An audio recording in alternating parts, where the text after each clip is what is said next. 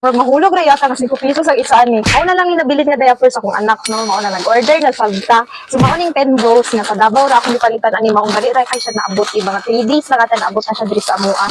So kung dati-rati di ba tag 50 pieces lang akong ginapalit karon ti buy one take one na gyud. So naka-budget na ta.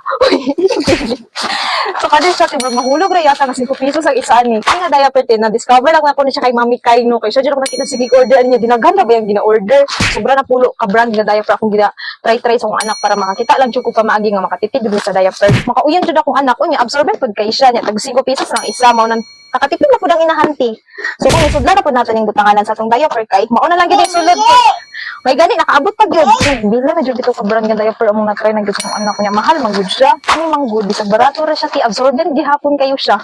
Secure na ang 2 months nga gamitan nga diaper sa akong anak kay ari nakapalit na sabtag buy one take one na Penbus diaper 100 pieces na dai ni siya unya nasa 500 plus la ako nabayaran sa 100 pieces na nga diaper.